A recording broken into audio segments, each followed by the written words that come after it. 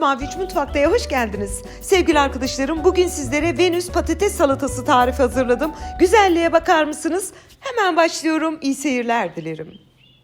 Tarifimiz için 6 adet şöyle orta büyüklükte patatesimiz var. Daha önce kabuklarını soyup yıkayıp hazırlamıştım. Onları ortadan bölerek düdüklü tencereye dizip sadece alt tabanını 2 santim kapatacak kadar su ekleyip yani buharda haşlama uygulayacağız. Düdüklü tencereyle pişirmeye alıyorum. Patateslerimiz pişerken yeşilliklerimizi getirdim. 3 tane yeşil biber, 2 tane havuç, 1 tutam dereotu, çok az nane ve 1 tutam maydanozumuz var. Bütün bu malzemeleri damak zevkinize göre azaltıp çoğaltabilirsiniz. Naneleri hemen oradan belirtmek isterim. Nanenin sadece yapraklarını kullanın. O saplarını kullanmayın, çok serttir. Salatada böyle ağaç gibi ağzınıza gelebilir. Sadece yapraklarını alarak dereotu ve naneyi birlikte ince ince kıyarak hazırlıyorum. İncecik kıyalım ve hemen salatayı karıştıracağımız kasemize alalım. Maydanozu da yine aynı şekilde kıyıyorum. Bu arada siz izlerken sevgili arkadaşlarım, bu salatanın şekli itibariyle ilk defa benim kanalımda izleyeceksiniz. Hani bu benim spontane aklıma gelen bir fikirdi. Güzel de bir isim takmalıydım. Venüs ismini taktım. Bir gezegene benziyordu. Bir de güzel bir görünümü var. Venüs patates salatası dedim. Siz bunu zenginleştirebilirsiniz. Mesela Venüs Rus salatası, Venüs artık nasıl isterseniz. Önemli olan bu şekilde olan tüm salatalara Venüs diyoruz artık. Bütün malzemeleri hazırladım. Havuçları rendeledim. Bu arada patatesimiz de yaklaşık bir 20 dakika düdüklü tencerede orta ateşte güzelce pişmişti. Şöyle bir kontrol edin. Çatalınızı batırın. Çatal kolaylıkla patatese geçiyorsa kıvamı tam demektir. Çok böyle cambul cumbul mu neydi? Sulu haşlamadığımız için de gördüğünüz gibi patateslerimiz buharda haşlandı. Daha lezzetli ve daha güzel olur. Patatesleri şöyle biraz soğuması için kenara alalım ve sosumuzu hazırlayalım. Yarım su bardağı sızma zeytinyağı, varsa zeytinyağı kullanın, yoksa sıvı yağ da olur. 1 tatlı kaşığı kırmızı toz biber, 1 tatlı kaşığı tuz, 1 tane limonun komple suyu. Bir limonu yani hepsini sıktım, gördüğünüz gibi bol suluydu. Yine sosun şöyle bir tadına tuzuna bakın. Kendi zevkinize göre takviye yapabilirsiniz. 1,5-2 yemek kaşığı kadar da nar ekşisini ekleyip hepsini güzelce karıştırıp bağlayalım. Şu anda salatamızın sosu hazır. Bakın sevgili arkadaşlarım, hepsi birleşti. Patateslerimiz de bu arada soğumuştu. Yani soğuk olması, soğuk derken en azından ılınmış olsun. Çünkü yeşilliklerin üzerine kaynar patatesi yaparsanız soğanı sasıtır. Diğerlerini de haşlanmış gibi öldürür. Önemli bir püf noktası bu da. Ilınmış olan patatesleri ben böyle bir aparat kullanıyorum. Almanya'da patates için kullanılıyor. Ama tabii ki bıçakla da doğrayabilirsiniz. Bütün patatesleri bu şekilde aparattan geçirdim ve hazırladım. Şimdi sosu dökmeden önce sevgili arkadaşlarım güzelce bir harmanlayalım. Her tarafına şöyle bir karıştıralım. Bunu yapmamızın sebebi, hani olur ya patates hafif ılıksa da siz bir harmanlayın. Bir hafiften daha soğusun. Şimdi sosumuzu ilave edip güzelce karıştıralım. Bu arada sosumuz bol yağlı ve baharatlı. Bu gayet normaldir. Çünkü patates öyle bir sebze ki sosu çekiyor. Yani emiyor.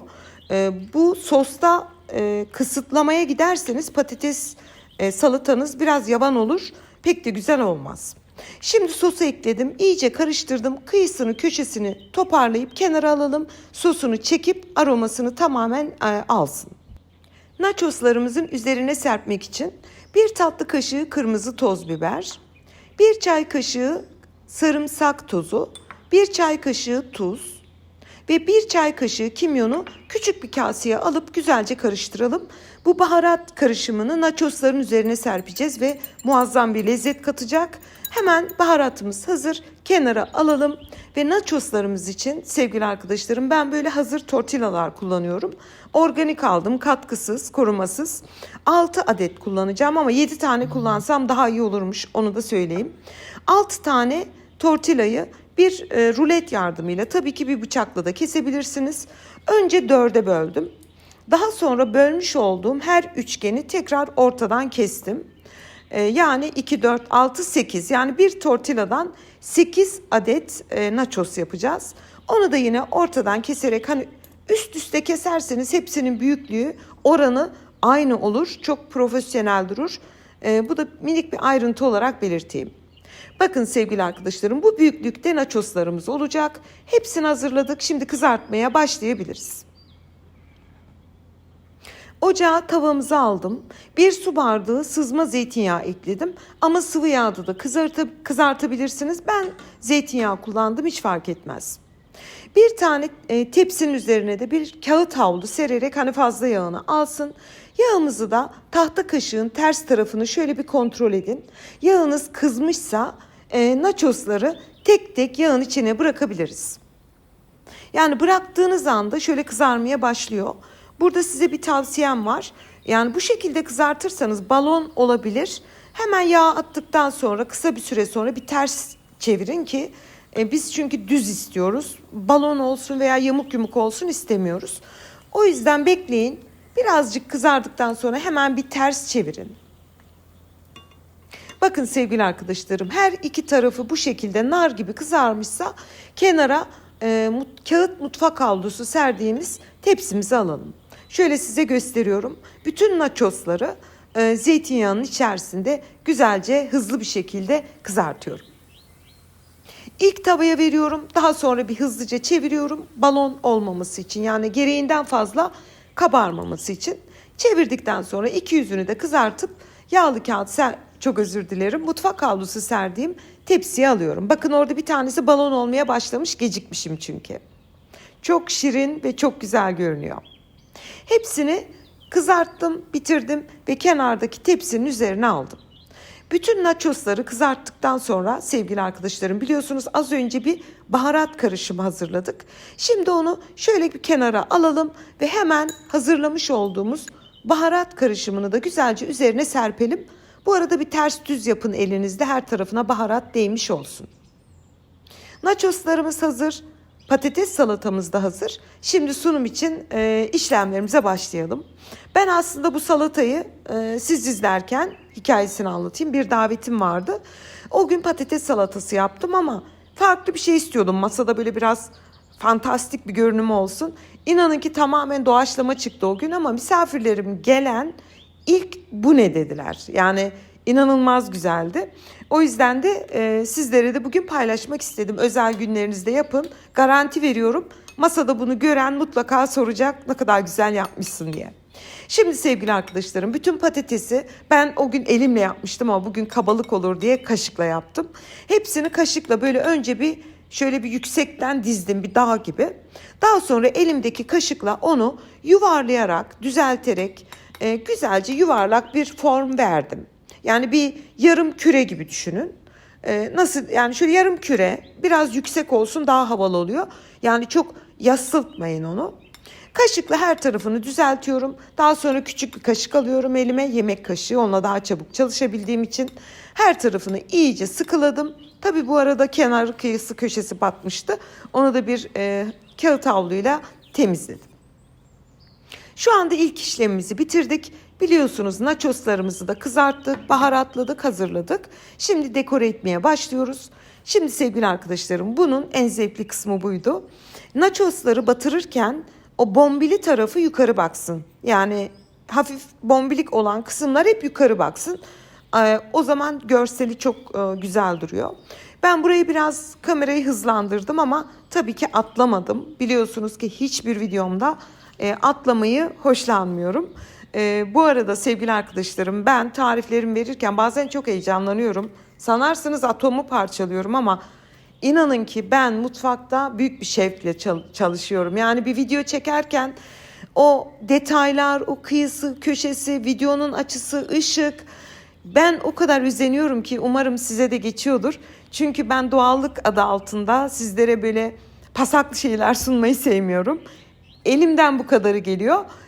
Mümkün mertebe en iyi şekilde sizlere videolarımı hazırlıyorum.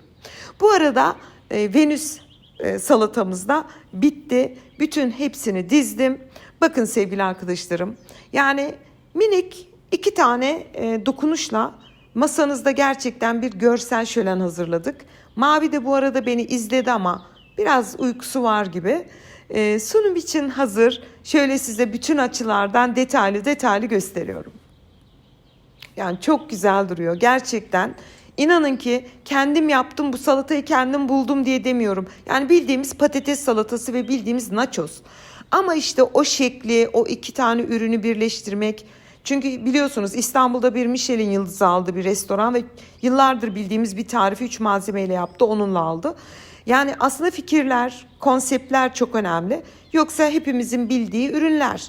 Ama bunu birleştirmek ve böyle bir şey çıkarmak, yani mutlu oldum. Hemen doku testine geçtim bile. Hem sunumu güzel hem de servis etmeniz çok güzel. İsterseniz masaya getirin, böyle herkes istediği gibi alsın bu güzelliği. Veya tabaklara servis etmek isterseniz onu da hemen gösteriyorum. Kolaylıkla şöyle kaşığınızla alın, tabaklara servis edin. Hatta aldıkça daha bir orijinal göründü. Yani çok güzel bir görüntüsü var. Bayılıyorum ben izlerken.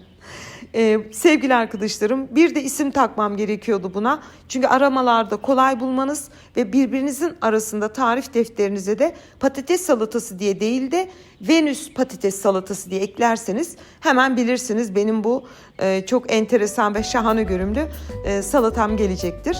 Şimdiden deneyecek tüm izleyicilerime afiyet, bal, şifa olsun diyorum. Yeni tariflerimde görüşmek ümidiyle. Hoşça kalın.